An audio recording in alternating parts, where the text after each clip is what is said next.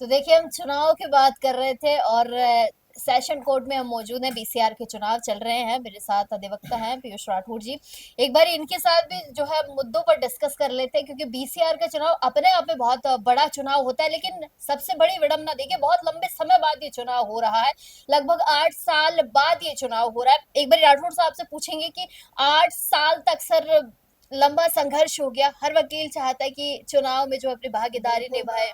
आपने देखा होगा कि इस बार कैंडिडेट की संख्या भी बहुत ज़्यादा है, और उसका कारण भी यही रहा कि 8 साल का एक लंबा इंतज़ार कैंडिडेट को करना पड़ा।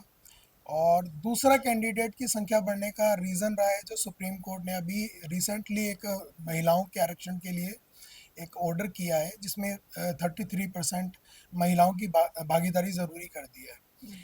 तो उसके बाद से महिलाओं का भी बहुत ज़्यादा इसमें इन्वॉल्वमेंट हो गया है, तो उससे भी मेंबर, जो कैंडिडेट मेंबर हैं, वो बढ़ गए हैं। और चुनाव टाइम पर नहीं होने की वजह तो प्रॉपर वे में सबसे ज़्यादा है कि चुनाव प्रॉपर वे में 5 ईयर में होने चाहिए थे, लेकिन ये एक्सटेंड करवाते रहे, यह कहकर कि कोरोना काल में हम काम नहीं कर पाए। और उसके बाद इन्होंने कौन सा काम किया बार काउंसिल में, भगवान जानता ही है, या जो पुराने बार काउंसिलर हैं वो जानते हैं।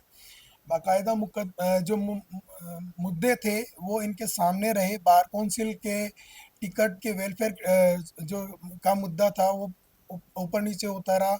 लोगों ने बीच में आवाज़ भी उठाई, मैं आपको उसके बारे में बताना चाहूँगा।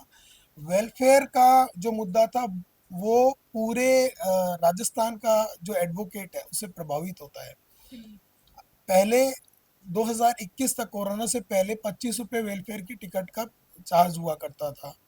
उस टाइम में क्या था कि जो कोई भी मेंबरशिप लेना चाहता था तो उसकी 17,000 अप्रोक्सीमेट 17,500 रुपीज़ का चार्ज था लाइफ टाइम मेंबरशिप के लिए।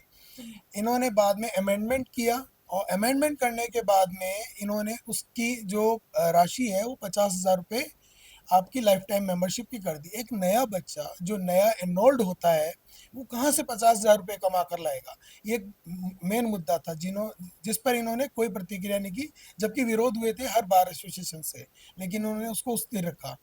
दूसरी चीज़, रिटायरमेंट एज का जो बेनिफिट मिलना चाहिए एडवोकेट्स को, उसकी भी एज इन्होंने बढ़ाकर 40 ईयर से 50 ईयर कर दी। आप बताइए, कोई एनरोल्ड होता है वकील तो 25 ईयर्स का हो जाता है।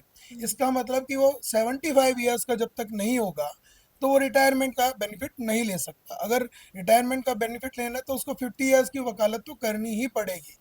अब कोई व्यक्ति अगर मान लो 60 ईयर, आजकल एज का क्राइटेरिया घट गया है, कोई ज़्यादा उम्र नहीं है लोगों की, उसमें आप 75 ईयर्स तक उसको उम्मीद कर रहे हो। ऐसा कौन सा च्यवनप्राश बार काउंसिल दे रही है कि वो 75 साल जिएगा और वो प्रैक्टिस करने के बाद में 50 साल की प्रैक्टिस करने के बाद में बेनिफिट लेकर जाएगा? मिनट का भरोसा नहीं हाँ, आपका। मिनट का भरोसा नहीं है, और ये 50 साल की गारंटी एडवोकेट्स को कह रहे हैं कि हम दे रहे हैं कि आप जियोगे और हम आपको उसके बाद में रिटायरमेंट का बेनिफिट देंगे।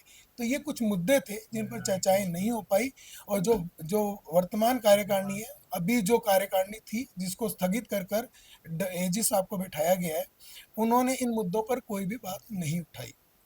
दूसरा ज्वलंत मुद्दा मेरे साथी अधिवक्ता है प्रमोद जी ने आपके सामने रखा।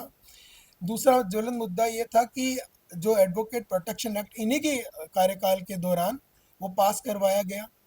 वो पास होने के बाद में वो राज्यपाल के पास में साइन होने के लिए गया। राज्यपाल ने उसको अ, राष्ट्रपति के पास में भेज दिया, वहां से वो खारिज होकर वापस आ चुका है।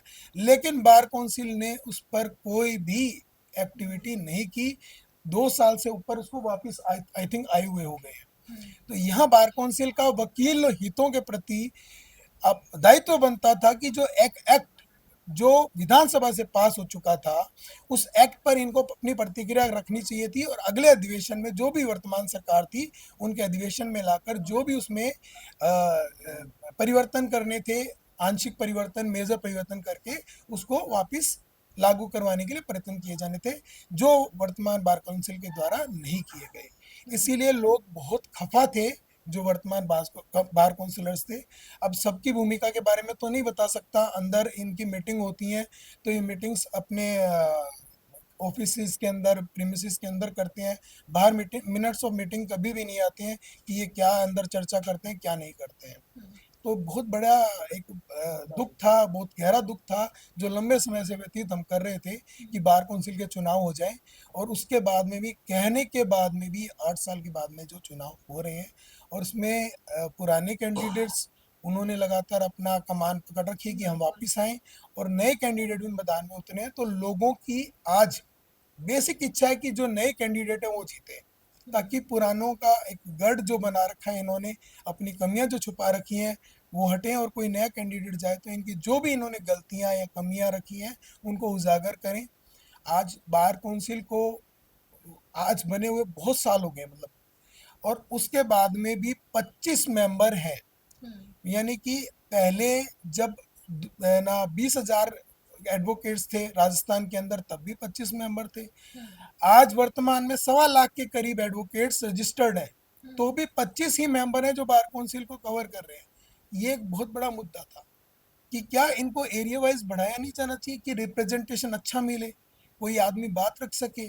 लेकिन ये क्या कर रहे हैं, वही पुराने ढर्रों को ढो रहे हैं। मतलब अपनी एक लॉबी बना रखी है और उसी उसी में घूमते बिल्कुल रहे। मैडम, ये पुराना ढर्रा ही डो रहे हैं कि बार काउंसिल में क्या होगा जी, चुनाव पूरे राजस्थान में घूम घूम के आपको वोट मांगने पड़ेंगे। क्यों मांगने पड़ेंगे? आप 284 बार हैं जो आपने एफिलेटेड कर रखी है बार काउंसिल ने, तो आप प्रत्येक बार से भागीदारी दे दीजिए। उसको, व्यक्ति को ज्यादा दूर भागना नहीं पड़ेगा, रिप्रेजेंटेशन नजदीक हो जाएगा उनका। लेकिन ये चाहते नहीं है, क्योंकि इनका जो पूरा का पूरा खेला चल रहा है वो इसी से चल रहा है। इन्होंने ना मेंबर बढ़ाए। इवन दो मेरा कहना है कि आज के टाइम में बार काउंसिल में 75 मेंबर होने चाहिए। जो ये चुनाव हो रहे हैं 25 मेंबर्स के लिए हो रहे हैं, 75 मेंबर्स के लिए होने चाहिए, जिस हिसाब से एडवोकेट की स्ट्रेंथ है। अब रही बात वेलफेयर की, तो वेलफेयर का यहाँ आपको रिसेंटली पता होगा, पिछले से पिछले साल पवन जी शर्मा है जो यहाँ बार के अध्यक्ष रहे थे, उनके सामने एक घोटाला उजागर हुआ था, जिसमें बार काउंसिल वेलफेयर की टिकट जो 25 रुपए की थी और अब वर्तमान में 130 रुपए की हो गई है, वो फर्जीवाड़े से निकल रही थी। मुद्दा वो बार काउंसिल ऑफ राजस्थान का था, मुद्दा उठाया बार एसोसिएशन ने। मेरा ये पूछना है, प्रश्न है बार काउंसिलर से कि उस पर वो मौन क्यों रहे? जब टिकट का घपला उनकी हो रहा था तो वो चुप क्यों रहे? क्या ये टिकटें रीजनेबली छप कर आ रही हैं, उनकी कोई गिनती हो रही है? क्योंकि ये 130 रुपया वकील अपनी जेब से देता है। किसके लिए देता है? अपने वेलफेयर के लिए देता है, सब अधिवक्ताओं के वेलफेयर के लिए देता है।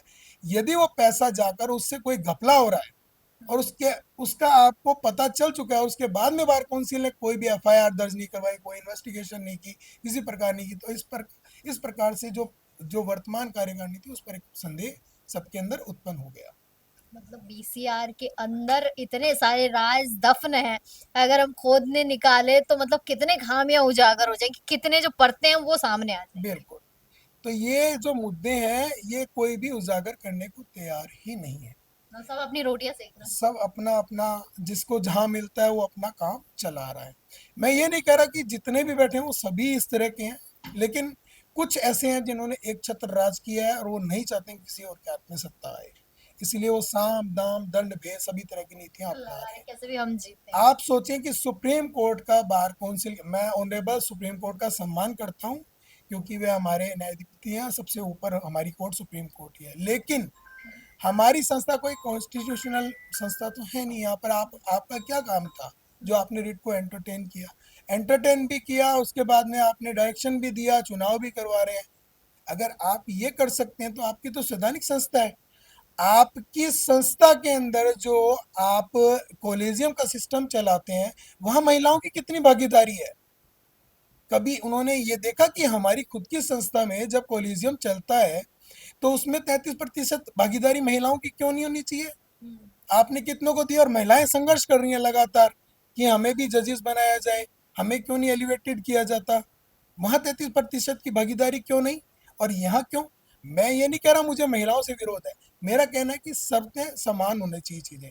महिलाएं अगर यहाँ पर 33% आरक्षण की एलिजिबल हैं, तो आपके जो एलिवेशन में आप जो सुप्रीम कोर्ट में या हाई कोर्ट में जजेस बनाते हैं, उसमें भी उनको 33% आरक्षण दिया जाए। अच्छा, एक आखिरी सवाल पूछी, आज जो चुनाव हो रहे हैं, ये सही तरीके से आज संपन्न हो जाएंगे? लोगों को जो है कैंडिडेट्स भी जो है देखिए जीत मैम, जाएंगी? इसमें भी मेरा एक हालांकि देखो सबके अपने अपने मत होते हैं, मेरा एक मत है यहाँ जो चुनाव की जो प्रक्रिया हमेशा से अपनाई जा रही है वो एक गलत रीति से चलाई जा रही है। आज आप वोटर हैं, आपका मत गोपनीय होना चाहिए, ये बात सही है बिल्कुल। कि आप अगर मत देते हैं तो आपका मत गोपनीय होना चाहिए। लेकिन ये क्या कर रहे हैं, इलेक्ट्रॉल बुक होती है, उस पर जो बैलेट पेपर है उसका एक सीरियल नंबर है, हम्म। वो लिखवा रहे हैं और उस पर साइन कर रहे हैं। तो मेरा वोट गोपनीय कहाँ रहा? कभी भी आप निकलवा के देख सकते हो कि मैंने किसको वोट दिया। तो गोपनीय तो मेरी तो भंग हो गई। आज अगर मान लो कोई आदमी मेरा दिया हुआ वोट, अगर मान लो वो ऊपर नहीं जाता है या कोई और चला जाता है, मैंने किसी को कह रखा हो कि मैंने आपको वोट दिया है, हो सकता है ना, क्योंकि हर आदमी को तो फर्स्ट प्रायोरिटी दी नहीं जा सकती, फर्स्ट तो एक को दी जा कौन सकती है। का अब दुश्मन? मान लो वही आदमी मान लो ऊपर जाकर मेरा वोट देकर गए, तूने अच्छा मेरे को फर्स्ट प्रायोरिटी दी, ये देखते रहिए। सही तो बात ये है। गोपनीयता तो भंग हो ही रही है। सुप्रीम कोर्ट को यहाँ पर, ऑनरेबल सुप्रीम कोर्ट को ये देखना चाहिए था क्या गोपनीय तरीके से चुनाव करवाए जा रहे हैं। उस पर कोई बात नहीं, मैंने एक रिप्रेजेंटेशन भी दिया, भाई साहब भी मेरे साथ गए थे कि इसको गोपनीयता से करवाया जाए, हमारी गोपनीयता भंग नहीं होनी चाहिए। लेकिन उस पर इन्होंने कोई कार्रवाई नहीं की, पुनः मतदान करवाए गए। हाँ, इस बार व्यवस्था ठीक है, यहाँ पर कोई धांधली नहीं हो रही है। पिछली बार तो खुली धांधली हुई थी, बैलेट तक चैम्बरों तक पहुंच गए थे और लोग ठप्पे लगा लगा कर डाल रहे थे, आधे से ज्यादा बैलेट का ही पता नहीं। लेकिन दुख का विषय ये है कि जिन्होंने ये धांधली की थी उनके खिलाफ कोई भी कार्रवाई नहीं की गई। नहीं। तो कहते हैं ना, पोपा भाई का राज है और सबके सब मिले हुए हैं और सब अपने जो जिसको मिल जाए, क्योंकि ऊपर भी बैठे हुए हैं, उनका ऊपर वाले स्तर के लोगों से ज्यादा संपर्क होता है, हमारे जैसों से संपर्क नहीं है। आज बार काउंसिल में जो ऊपर बैठा है उनको भी लगता है कि ये सीट पे वापस आएगा, तो उनसे संपर्क साध के रखे ताकि हमारी सही से चलती रहे। यही कारण है कि बार काउंसिल के चुनाव में ये धांधली व्याप्त हो रही है।